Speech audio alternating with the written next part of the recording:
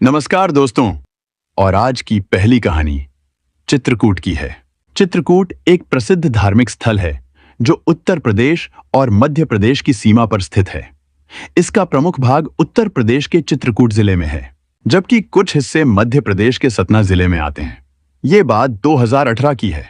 14 जनवरी 2018 को मकर संक्रांति के मौके पर लाखों श्रद्धालु पवित्र डुबकी लगाने और पुण्य कमाने के लिए चित्रकूट पहुंच चुके थे और श्री कामदगिरि की परिक्रमा करने वालों का तांता लगा हुआ था। इसी दौरान कुछ श्रद्धालु पहाड़ी के पास घूमते घूमते यूं ही जिज्ञासावश नीचे झांकने लगे। जैसे ही उनकी नजर नीचे पड़ी, उनके होश उड़ गए। वहां का नजारा ऐसा था कि उनकी आंखें फटी की फटी रह गईं। इस सनसनीखेज घटना की वजह यह थी कि पहाड़ी के नीचे लगे एक बिजली के खंभे पर एक लड़की की लाश लटकी हुई थी। जैसे ही यह दृश्य लोगों ने देखा, शोर मच गया और परिक्रमा कर रहे श्रद्धालु वहीं रुककर लाश को देखने लगे। पुलिस को बुलाने के लिए किसी को दूर जाने की जरूरत नहीं पड़ी, क्योंकि परिक्रमा पथ पर तैनात पुलिसकर्मी भीड़ देखकर खुद मौके पर पहुंच गए। उन्होंने खंभे पर लटकी हुई लाश को देखा और तुरंत इसकी सूचना अपने आला अफसरों को दी। कुछ ही देर में थाना नयापुरा के थाना प्रभारी पुलिस टीम के साथ मौके पर पहुंच गए। पुलिस ने क्षेत्र को घेरकर कार्रवाई शुरू कर दी और खंभे से लाश को नीचे उतारने का काम शुरू कर दिया। पुलिस की कार्रवाई के दौरान वहां मौजूद भीड़ ने अपनी ओर से अंदाजा लगाना शुरू कर दिया था। ज्यादातर लोगों का मानना था कि लड़की अपने घर वालों के साथ आई होगी और गलती से खाई में गिर गई होगी। लेकिन जैसे ही पुलिस ने खंभे से लाश उतारी, मामला पूरी तरह बदल गया। करीब 11-12 साल की मासूम लड़की के मुंह में कपड़ा ठूंसा हुआ था। यह देख न केवल पुलिसकर्मी बल्कि वहां खड़े लोग भी हैरान रह गए। यह साफ था कि यह कोई दुर्घटना नहीं बल्कि एक सोची समझी हत्या थी। मुंह में कपड़ा ठूंसा होने के चलते पुलिस को शक हुआ कि हत्या कहीं और की गई और लाश को यहां लाकर खंभे पर लटकाया गया ताकि यह मामला आत्महत्या या हादसा लगे। पुलिस ने आसपास के थानों से गुमशुदगी की रिपोर्टों की जानकारी लेनी शुरू की, लेकिन किसी भी थाने में ऐसी किसी लड़की की गुमशुदगी की खबर दर्ज नहीं थी। अब यह मामला और उलझ गया था। पुलिस को हत्यारे का पता लगाने और इस मासूम की पहचान करने के लिए हर सुराग की जांच करनी थी। पुलिस ने लाश को पोस्टमार्टम के लिए भेज दिया और अगले दिन रिपोर्ट आ गई, जो इस मामले की दिशा को पूरी तरह से बदलने वाली थी। पोस्टमार्टम रिपोर्ट में यह सामने आया कि उस लड़की की हत्या गला घोंटकर की गई थी। यह जानकारी पुलिस के लिए एक महत्वपूर्ण सुराग साबित हुई है, क्योंकि अब यह साफ था कि यह आत्महत्या या दुर्घटना नहीं बल्कि एक सुनियोजित हत्या थी। पोस्टमार्टम रिपोर्ट के आधार पर पुलिस ने अज्ञात व्यक्ति के खिलाफ भारतीय दंड संहिता भादंवी की धारा 302 हत्या और 201 साक्ष्य को नष्ट करना के तहत मामला दर्ज किया। पुलिस ने अब इस मामले की गहराई से जांच शुरू कर दी और यह तय किया कि जल्द से जल्द लड़की की पहचान की जाए और हत्यारे तक पहुंचा जाए। चित्रकूट में उस समय मकर संक्रांति के चलते बाहरी श्रद्धालुओं की भारी भीड़ जमा हुई थी, जिसकी वजह से लाश की शिनाख्त करना और भी मुश्किल हो गया था। पुलिस को इस बात का आभास हुआ कि मृतका चित्रकूट की नहीं बल्कि किसी और स्थान से आई हो सकती है। फिर भी पुलिस ने हर संभव प्रयास जारी रखा ताकि कोई सुराग मिल सके। ऐसी परिस्थितियों में जब किसी हत्या के बारे में कोई ठोस जानकारी नहीं होती, तो इसे ब्लाइंड मर्डर माना जाता है। ऐसे मामलों में हत्यारों तक पहुंचने के लिए सबसे महत्वपूर्ण कदम होता है लाश की पहचान करना। बिना पहचान के यह मामला पुलिस के लिए न केवल चुनौतीपूर्ण बल्कि एक बड़ा सिरदर्द बन जाता है। पुलिस को यह समझ में आ गया था कि मृतका की पहचान के बिना इस मामले का हल निकालना बेहद कठिन होगा। इसलिए उन्होंने सभी संभावित सुरागों पर काम करना शुरू कर दिया ताकि किसी तरह से हत्या के पीछे के राज का पता लगाया जा सके। पुलिस ने सबसे पहले सीसीटीवी फुटेज की जांच करने का निर्णय लिया, लेकिन यह काम इतना आसान नहीं था। मकर संक्रांति के दौरान चित्रकूट में सैकड़ों कैमरे लगे हुए थे और इस समय वहां भारी भीड़ जमा थी। ऐसी स्थिति में यह जरूरी नहीं था कि सभी फुटेज देखने के बाद भी वह लड़की किसी कैमरे में दिखाई दे जाए। इतनी भीड़ में एक छोटे से सुराग को ढूंढ पाना बेहद कठिन था। फिर भी पुलिस के पास कोई और विकल्प नहीं था। सीसीटीवी फुटेज देखना ही था, क्योंकि यह सबसे अच्छा तरीका था जिससे वे किसी भी संभावित सुराग तक पहुंच सकते थे। पुलिस ने दिन रात उन फुटेज को खंगालना शुरू किया ताकि लड़की के बारे में कुछ जानकारी मिल सके। चित्रकूट में इस हत्या की चर्चा तेजी से फैलने लगी और जब यह बात सतना के एसपी राजेश हिंगणकर तक पहुंची तो उन्होंने इस मामले को खुद हाथ में लिया। एसपी ने तुरंत पुलिस की जांच टीम के साथ बैठक की और उन्हें कुछ दिशा निर्देश दिए ताकि जांच को सही दिशा में आगे बढ़ाया जा सके। यह जांच पुलिस के लिए बिल्कुल भूसे के ढेर से सुई ढूंढने जैसा लग रहा था। इतने बड़े इलाके और भारी भीड़ में किसी एक लड़की को पहचानना आसान नहीं था। हालांकि पुलिस ने हार नहीं मानी और सीसीटीवी फुटेज को खंगालने में जुट गई। पुलिस की मेहनत रंग लाई और 12 जनवरी 2018 की एक फुटेज में वह लड़की, जो अब तक अनपहचानी थी, एक युवक और युवती के साथ दिखी। यह देख पुलिस वालों की आंखों में चमक आ गई। यह पहला बड़ा सुराग था जो उन्हें हत्या के मामले को सुलझाने की दिशा में आगे बढ़ने का मौका दे रहा था। यह फुटेज जानकी कुंड अस्पताल की थी, जहां युवक और युवती मरीजों की लाइन में लगे हुए थे। उस दिन चित्रकूट में स्नान के लिए लाखों लोग पहुंचे थे और इस वजह से यह पहचानना आसान नहीं था कि वह युवक और युवती कहां के रहने वाले थे। पुलिस ने इस फुटेज को सोशल मीडिया पर वायरल कर दिया ताकि ज्यादा से ज्यादा लोगों तक यह पहुंच सके और कोई सुराग मिल सके। हालांकि फुटेज सोशल मीडिया पर डालने के बाद भी पुलिस को इन दोनों के बारे में कोई जानकारी नहीं मिली। फिर पुलिस ने एक और कदम उठाते हुए हत्यारे का सुराग देने वाले को 10,000 रुपए का इनाम देने का ऐलान किया। इसके साथ ही पुलिस ने जानकी कुंड अस्पताल के रजिस्टर की भी जांच शुरू कर दी थी, क्योंकि अस्पताल में आने वाले हर मरीज का नाम और पता दर्ज किया जाता था। लेकिन अस्पताल में आने वाले मरीजों की भीड़ के चलते यह पता लगाना बहुत मुश्किल था कि कैमरे में जिन चेहरों को देखा जा रहा था उनके नाम क्या थे। पुलिस ने नाम और पते छांट कर अनुमान लगाने की कोशिश की, लेकिन बावजूद इसके कोई ठोस जानकारी हाथ नहीं लग पाई। इस पूरी प्रक्रिया में 25 दिन बीत चुके थे और पुलिस की सारी कोशिशों के बावजूद सफलता दूर दूर तक नजर नहीं आ रही थी। अस्पताल के रजिस्टर में दर्ज उन नामों पर पुलिस ने शक किया, जिनमें एक नाम उत्तर प्रदेश के फतेहपुर जिले के विजय और उसकी पत्नी आरती का था। एसपी के निर्देश पर एक पुलिस टीम विजय के गांव एनजी पहुंच गई। पुलिस ने पहले विजय से सीधे पूछताछ करने के बजाय उसके बारे में जानकारी जुटाने की कोशिश की। इस दौरान उन्हें एक अहम जानकारी मिली। विजय की 10-11 साल की बेटी नेहा लगभग 1 महीने से लापता थी। यह जानकारी पुलिस के लिए एक नया मोड़ साबित हुई, क्योंकि यह लड़की भी उस लड़की से मिलती जुलती उम्र की थी जिसकी लाश चित्रकूट में मिली थी। अब पुलिस को यह शक हुआ कि शायद वही लापता लड़की है जो 1 महीने से गायब थी, वही मृतका हो सकती है। यह समानता मिलने पर पुलिस की जिज्ञासा और बढ़ गई। इसके बाद पुलिस विजय के घर पहुंची, जहां उस समय उसकी पत्नी आरती भी मौजूद थी। पुलिस ने जब उन दोनों से उनकी लापता बेटी नेहा के बारे में पूछा तो उन्होंने एक अजीब सा जवाब दिया, कहकर कि उनकी कोई बेटी नहीं थी, सिर्फ एक बेटा है। उनकी बातों से पुलिस को शक हुआ, क्योंकि पड़ोसियों ने पुलिस को बताया था कि उनके पास 10-11 साल की एक बेटी नेहा थी, जो पिछले 1 महीने से लापता थी। इस आधार पर पुलिस ने विजय और उसकी पत्नी आरती को चित्रकूट ले जाने का निर्णय लिया। चित्रकूट थाने में जब पुलिस ने उनसे पूछताछ की तो दोनों ने लगातार यह कहा कि उनकी कोई बेटी नहीं थी। लेकिन जब पुलिस ने उन्हें सीसीटीवी फुटेज दिखाई जिसमें वे दोनों एक छोटी बच्ची के साथ नजर आ रहे थे, तो दोनों के चेहरे पर बदलाव आया। फुटेज देखने के बाद दोनों ने आपस में कुछ संकेत किए और कुछ ही मिनटों में उन्होंने अपनी बेटी की हत्या की सच्चाई को स्वीकार कर लिया।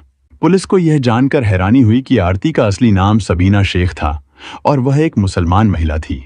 सबीना की शादी सन 2006 में उत्तर प्रदेश के फतेहपुर जिले के जाहिद अली से हुई थी। इस शादी से उसे 2 बच्चे हुए थे, एक बेटी सिमरन और एक बेटा साजिद जो 5 साल का था। हालांकि सबीना जाहिद के साथ रह रही थी, लेकिन उनका रिश्ता कभी ठीक नहीं बैठा, क्योंकि वह किसी और को चाहती थी। असल में सबीना और विजय बचपन से एक दूसरे को पसंद करते थे, लेकिन घर वालों ने उसकी इच्छा के खिलाफ उसे जाहिद से शादी करने के लिए मजबूर किया था। इस वजह से वह जाहिद के साथ तो रह रही थी, लेकिन दिल से वह उसे चाहती नहीं थी। सबीना ने हमेशा अपने दिल में विजय को ही बसा रखा था। शादी के बाद जब जाहिद के साथ उसका रिश्ता ठीक नहीं चल रहा था, तो उसकी जिंदगी में खलल पड़ा। दोनों के बीच अक्सर झगड़े होते रहते थे, क्योंकि दिल का मिलना मुश्किल था। ऐसे में सबीना ने सोचा कि शायद अब कुछ बदल सकता है। शादी के 9 साल बाद उसने विजय से फिर संपर्क किया। सबीना को यह जानकर खुशी हुई कि विजय उसे अब भी चाहता था और उसे और उसके बच्चों को अपनाने को तैयार था। बस फिर क्या था? बिना कुछ सोचे समझे एक दिन सबीना अपने पति को बिना बताए विजय के साथ भाग गई। यह घटना 2015 की थी। दोनों ने योजना बनाकर एनजी गांव में रहना शुरू किया और सबीना अपने बच्चों को भी साथ ले आई, जिसे विजय ने बिना किसी ऐतराज के स्वीकार किया। सबीना अपने पुराने प्रेमी के साथ खुश थी, जबकि जाहिद ने बीवी के गायब होने पर कोई प्रयास नहीं किया, क्योंकि वह खुद सबीना से छुटकारा पाना चाहता था। अब सबीना हिंदू नाम के साथ रह रही थी। उसने अपना नाम आरती सिंह, बेटी का नाम नेहा सिंह और बेटे का नाम आशीष सिंह रख लिया। सबीना अपने नए पति विजय के साथ खुश थी, लेकिन मायके वालों से उसे थोड़ा डर भी था, क्योंकि उसे लगता था कि अगर उन्हें पता चला तो वे मुसीबत खड़ी कर सकते हैं। साजिद, जिसे अब आशीष नाम से बुलाया जाता था, उसने विजय को पापा कहना शुरू कर दिया था, लेकिन सिमरन, जो अब 10-11 साल की हो चुकी थी, विजय को पिता मानने के लिए तैयार नहीं थी। सबीना की इच्छा थी कि नेहा विजय को पापा कहे, इसलिए उसने और विजय ने उसे समझाने की कोशिश की। हालांकि नेहा, जो इस्लामिक माहौल में पली थी, हमेशा विजय को मामू ही कहती थी। जब सबीना ने सख्ती दिखानी शुरू की तो नेहा ने मासूमियत से यह सवाल किया कि वह पहले कहती थीं कि ये मामू हैं, तो अब इन्हें पापा कैसे कहूं, जबकि मेरे असली अब्बू तो दूसरे गांव में रहते हैं। विजय और सबीना की परेशानी बढ़ने लगी, क्योंकि सिमरन मामू और अब्बा के मुद्दे पर लगातार विवाद करती थी। दोनों को डर था कि यह बातूनी लड़की कभी उनकी असलियत उजागर कर सकती है, क्योंकि गांव में कोई नहीं जानता था कि वे कौन हैं। अगर सच सामने आता तो धर्म के ठेकेदार उनका जीना मुश्किल कर देते। जब सिमरन ने विजय को पिता मानने से इनकार कर दिया तो सबीना और विजय ने मिलकर उसे चुप कर देने की साजिश रची। मकर संक्रांति पर चित्रकूट जाने का बहाना बनाकर उन्होंने सिमरन से कहा कि वहां उसकी आंखों की जांच करवा देंगे। सिमरन जिद्दी थी, लेकिन इतनी समझदार नहीं थी कि वह अपनी मां की खतरनाक योजना को पहचान पाती। 12 जनवरी 2018 को चित्रकूट आने के बाद विजय और सबीना ने सिमरन की आंखों की फ्री जांच जानकी कुंड अस्पताल में करवाई और फिर मंदिरों में दर्शन किए। 13 जनवरी को परिक्रमा करने के बाद दोनों रात को नरसिंह मंदिर में सो गए। 2 दिन घूमने के बाद बच्चे जल्दी सो गए, लेकिन विजय और सबीना की नींद उड़ गई। रात करीब 12 बजे दोनों ने सिमरन का गला मफलर से घूंट दिया, जो गहरी नींद में थी। सबीना और विजय ने नेहा की हत्या के बाद उसकी लाश को झाड़ियों में फेंकने की योजना बनाई, यह सोचकर कि जानवर उसे खा जाएंगे और उनके जुर्म का पता नहीं चलेगा। लेकिन जब लाश गिराई गई तो उसका बायां पैर खंभे में उलझ गया और लाश लटकी रह गई। सबीना और विजय ने समाज और धर्म के दबाव से बचने के लिए सिमरन की हत्या की, जबकि अगर वे अपनी शादी खुले तौर पर करते तो सिमरन शायद विजय को पिता के रूप में स्वीकार कर लेती। दोनों को उम्र कैद की सजा हुई, इस समय जेल में है। आज की दूसरी कहानी हैदराबाद के शमशाबाद की है। ये बात 2023 की है।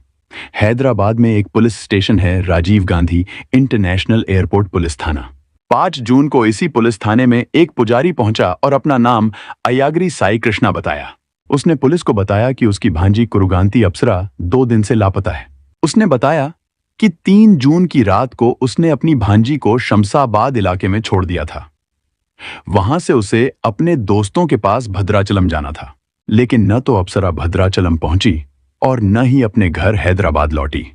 जब परिवार ने उससे संपर्क करने की कोशिश की तो उसका मोबाइल फोन भी बंद आ रहा था।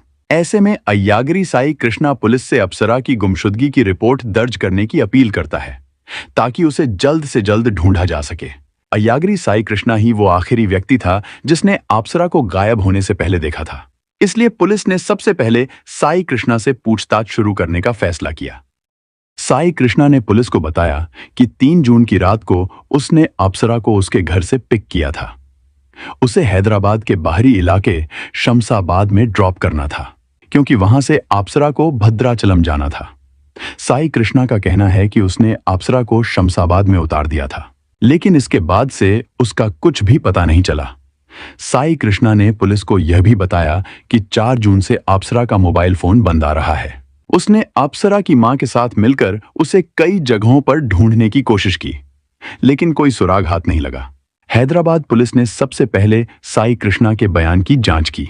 पूछताछ के दौरान अप्सरा की मां ने भी इस बात की पुष्टि की कि 3 जून की रात को उसका भाई साई कृष्णा उसकी बेटी अप्सरा को अपने साथ घुमाने लेकर गया था। पुलिस ने मामले की जांच की शुरुआत उसी सरूर नगर इलाके से करने का फैसला किया, जहां से साई कृष्णा ने अप्सरा को पिक किया था। सीसीटीवी से पहला सुराग पुलिस ने सरूर नगर से शमशाबाद तक के 21 किलोमीटर के रास्ते पर लगे सभी सीसीटीवी कैमरों की गहन जांच शुरू की, ताकि यह पता लगाया जा सके कि अप्सरा कहां और कैसे लापता हुई। जांच के दौरान पुलिस को पहला बड़ा सुराग मिला। सीसीटीवी फुटेज में साई कृष्णा साफ तौर पर अप्सरा को सरूर नगर से पिक करता हुआ दिखा, लेकिन शमशाबाद में उसे ड्रॉप करने जैसा कोई भी दृश्य किसी कैमरे में कैद नहीं हुआ। इससे पुलिस को शक गहराने लगा। जब पुलिस ने साई कृष्णा से दोबारा पूछताछ की तो उसने अपने बयान बदलने शुरू कर दिए। जांच जैसे जैसे आगे बढ़ी, पुलिस का शक साई कृष्णा पर गहराता गया। सख्ती से पूछताछ के बाद आखिरकार साई कृष्णा टूट गया और उसने एक खौफनाक सच कबूल किया। उसने बताया कि उसकी भांजी कुरुगांती अप्सरा अब इस दुनिया में नहीं है और उसका कत्ल किसी और ने नहीं बल्कि उसी ने किया है। साई कृष्णा ने पुलिस के सामने कत्ल का कारण, उसे अंजाम देने का तरीका और लाश को ठिकाने लगाने की जो कहानी सुनाई, उसे सुनकर खुद पुलिस वाले भी सन्न रह गए और उनके रोंगटे खड़े हो गए। साई कृष्णा पुजारी होने के साथ ही बिल्डर का भी काम करता था। साई कृष्णा पहले से शादीशुदा था और 2 बच्चों का पिता था। अपनी ही भांजी कुरुगांती अप्सरा के साथ नाजायज रिश्ते में था। रिश्ते की शुरुआत भले ही उसकी ओर से हुई हो, लेकिन समय के साथ अप्सरा ने इस रिश्ते को एक नाम देने की मांग शुरू कर दी थी। अप्सरा चाहती थी कि साई कृष्णा अपनी पत्नी और बच्चों को छोड़कर उससे शादी कर ले, लेकिन साई कृष्णा के लिए यह न केवल मुश्किल था बल्कि समाज और परिवार के डर से वह ऐसा कर भी नहीं सकता था। अप्सरा की यह मांग लगातार बढ़ती जा रही थी और इसके कारण उनके बीच अक्सर झगड़े होने लगे। शादी को लेकर हर रोज होने वाली बहस और तनाव से परेशान होकर साई कृष्णा ने एक खौफनाक कदम उठाने का फैसला कर लिया। उसने ठान लिया कि रोज रोज की झिकझिक और अप्सरा के दबाव से हमेशा के लिए निजात पाने के लिए उसे मौत के घाट उतार देगा। साई कृष्णा ने जो योजना बनाई थी वह पूरी तरह से शातिराना और खौफनाक थी। उसने पहले तो 3 जून की रात को अप्सरा को घुमाने के बहाने अपने साथ पिक किया, फिर उसे शमशाबाद के एक सुनसान इलाके में ले जाकर उसे समझाने की कोशिश की कि वह अपनी मांगों को छोड़ दे और वे पहले की तरह रिश्ते में रहें। लेकिन अप्सरा इसके लिए राजी नहीं हुई और उसने साई कृष्णा से अपनी शादी की मांग फिर से दोहराई। इस पर साई कृष्णा का गुस्सा और नफरत उभर कर सामने आ गया। उसने फैसला किया कि अब सिर्फ एक ही रास्ता बचा है। उसने पास पड़े एक भारी पत्थर से अप्सरा का सिर कुचलकर उसकी हत्या कर दी। इसके बाद साई कृष्णा ने अप्सरा की लाश को कार की डिग्गी में रखा और उसे ठिकाने लगाने के लिए चल पड़ा। उसे यह सुनिश्चित करना था कि अप्सरा की लाश कहीं भी न मिले, ताकि वह अपनी इस खौफनाक हत्या के बाद किसी भी जांच से बच सके। अपनी भांजी अप्सरा की हत्या करने के बाद साई कृष्णा ने शव को ठिकाने लगाने के लिए एक घिनौनी साजिश और रची। मौका पाकर उसने अप्सरा की लाश को अपने मंदिर के पीछे स्थित मंडल रेवेन्यू अफसर के दफ्तर के पास एक मैनहोल में डाल दिया, ताकि किसी को शक न हो गया। उसने इसके ऊपर 2 ट्रक मिट्टी भी डलवा दी। इसके बाद साई कृष्णा ने अप्सरा की मां से मिलकर उससे उसकी गुमशुदगी के बारे में पूछताछ की और खुद ही जाकर गुमशुदगी की रिपोर्ट दर्ज करवाने की बात की, ताकि सब कुछ सामान्य लगे और वह पुलिस की नजरों से बच सके। लेकिन एक दिन बाद साई कृष्णा ने महसूस किया कि मेनहोल के ऊपर मिट्टी डलवाने के बावजूद लाश की बदबू बाहर आ रही थी। इस पर उसने मेनहोल के ढक्कन को पूरी तरह से सीमेंट से सील करवा दिया, ताकि बदबू बाहर ना आए और पुलिस को कुछ भी शक न हो। लेकिन साई कृष्णा के सारे कदम उल्टे पड़ गए। गुमशुदगी की रिपोर्ट दर्ज करवाने के बाद वह खुद अपने ही बयानों में उलझकर अपनी पोल खोल बैठा। पुलिस ने उसकी गड़बड़ी पकड़ ली और उसे गिरफ्तार कर लिया। इसके बाद पुलिस ने मैनहोल का ढक्कन खोदकर अप्सरा की लाश बरामद कर ली और उसे पोस्टमार्टम के लिए भेज दिया। जब पुलिस ने साई कृष्णा की हत्या की सच्चाई उजागर की और अप्सरा की लाश बरामद की, तो अप्सरा की मां का दिल टूट गया। उसने अपनी बेटी को कभी इस हालत में नहीं सोचा था। वह गहरे शौक में थी और इस दर्दनाक सच्चाई को समझने में पूरी तरह से नाकाम हो गई। उसे यह यकीन ही नहीं हो रहा था कि उसका भाई, जिसे वह परिवार का हिस्सा मानती थी, उसी ने उसकी बेटी की जान ले ली। उसकी आंखों में बस सवाल थे। जब सच्चाई सामने आई और अप्सरा की हत्या का खुलासा हुआ, तो पुजारी की बीवी का रिएक्शन कुछ अलग था। पुजारी की बीवी के लिए यह एक गहरा विश्वासघात था, क्योंकि उसे पता चला कि साई कृष्णा के साथ एक अवैध रिश्ता था, जिसकी वजह से अप्सरा की जान चली गई। वह खुद को धोखा महसूस कर रही थी, क्योंकि वह साई कृष्णा को एक पवित्र और आदर्श व्यक्ति मानती थी। लेकिन जब यह सच्चाई सामने आई कि उसने अपनी भांजी के साथ नाजायज संबंध बनाए थे, तो उसकी दुनिया हिल गई।